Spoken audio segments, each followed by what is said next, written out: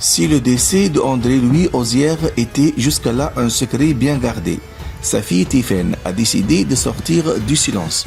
Tout le monde l'ignorait jusqu'alors, mais le banquier d'une soixantaine d'années est décédé il y a près d'un an maintenant. C'est le 24 décembre dernier que Brigitte Macron a appris la triste nouvelle, alors même qu'elle s'apprêtait à se rendre au fort de Brégançon pour célébrer le réveillon.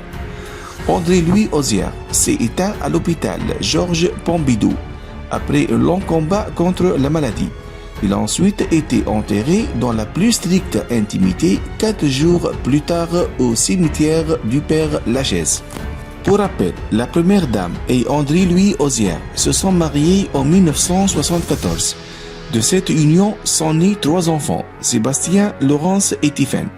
Durant plusieurs années, le couple et ses enfants mènent une existence paisible jusqu'à ce que Brigitte Osière croise la route d'Emmanuel Macron.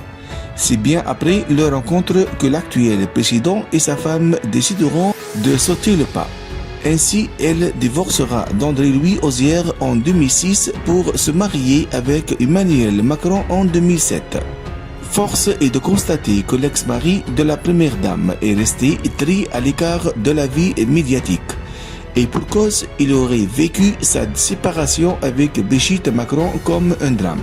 C'est pourquoi, malgré toutes les demandes qu'il a pu recevoir depuis l'arrivée d'Emmanuel Macron au pouvoir, il a toujours décliné les demandes d'interview.